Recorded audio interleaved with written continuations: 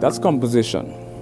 You know, arrangement or arranging is also from a compositional standpoint, because you're defrag or fragmentation of a particular song on a molecular level, and then you're rebuilding the song.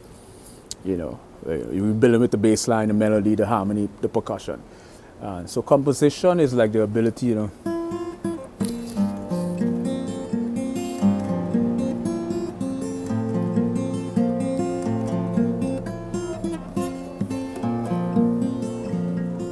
that is like composition. Composition is the ability in music to create your own original musical piece.